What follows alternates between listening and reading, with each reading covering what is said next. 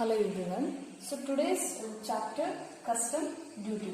So before implementing GST in India, there are several types of tax imposed on several types of tax goods. So now GST replaces all the almost all the indirect tax except basic custom duty. So meaning of custom duty. So it is a duty levied on importation of goods into India and exportation of goods outside India.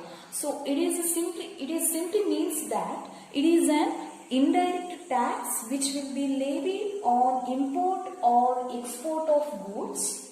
But sometimes we have to pay IGST, but first we have to pay custom duty. So it is a tax levied on imports by the custom authority. So it is mainly custom duty. It is a mainly what controlled by custom authority of a country to raise revenue. To raise revenue of a particular country and protect domestic industry. So to protect domestic industry from the large scale industries. So next one, the body customs law comprises. So first one, Custom Act 1962. So laws related to the custom duty is provided by Custom Act 1962. So next one, Custom Tariff Act 1975. So the Custom Tariff Act 1975 is also provided the custom rules and regulations. Next one, custom rules. Next, the custom duty is mainly controlled by custom authorities. So it is provided custom rules. Next, notification under Custom Act. So notification regarding custom duty is provided mainly under Custom Act.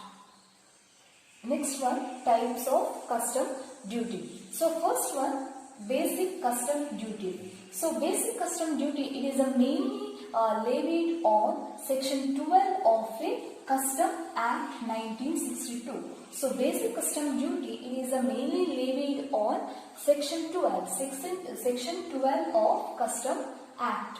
Next one, levied under percentage of a value as goods determined or at a specified rate. So mainly basic custom duty is levied under percentage of a value as goods determined or at a specified rate. Next one, integrated GST.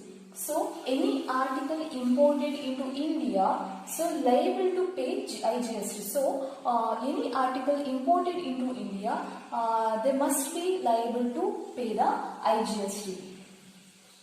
Next one, social welfare surcharges. So while presenting financial general budget of 2018-19, the Union Minister for Finance decided to abolish education cess and secondary and higher education cess in India. So in its place, imposing social welfare surcharges at 10%. Next one, GST compensation cess. So providing compensation to the state for a loss of revenue from implementing GST. So from implementing GST, there may be losses of revenue. So GST compensation cess is providing compensation to the state. So for a loss of revenue. So GST compensation cess will be levied and collected by central government. So GST compensation cess will be levied and collected by the central government. Next one, special duties.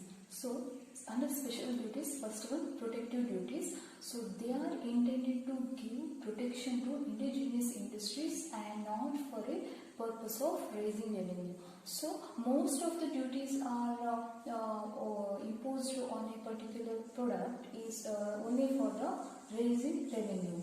But protective duties, they are intended to give protection to indigenous industries.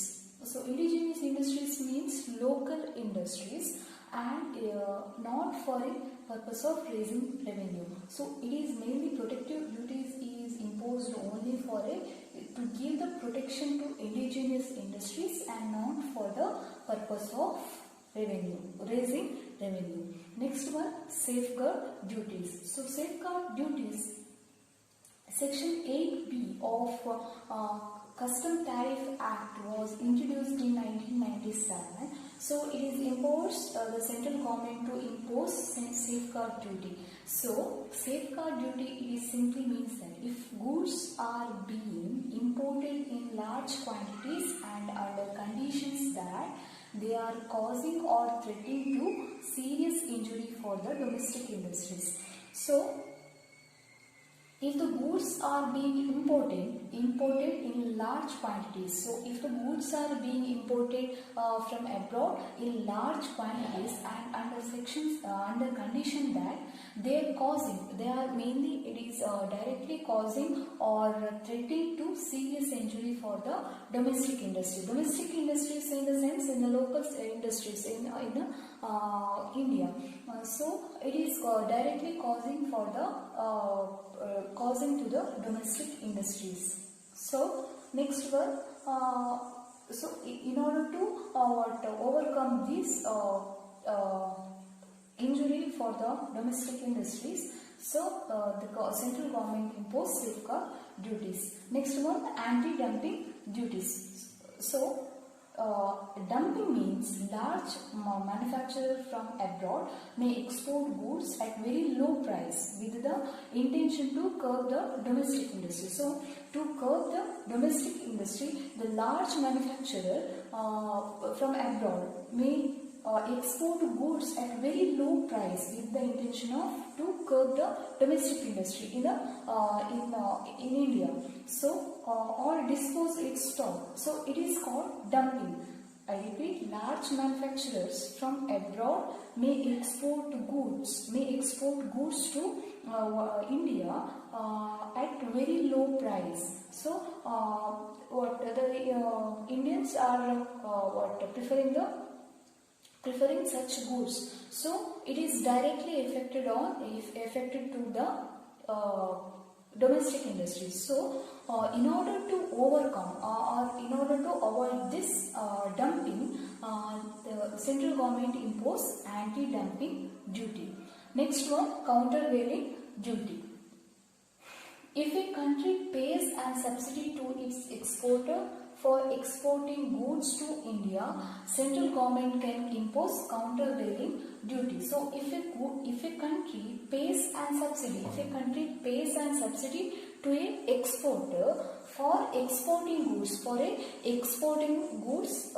India, so central government can impose countervailing duty up to the amount of such subsidy. So central government can impose countervailing duty on such subsidy under section 9 of a Custom Tariff Act.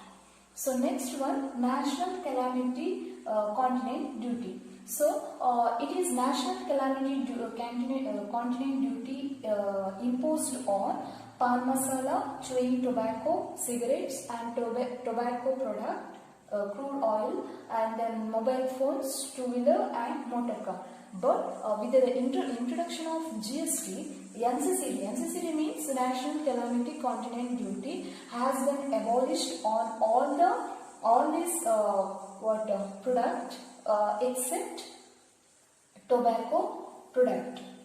Okay.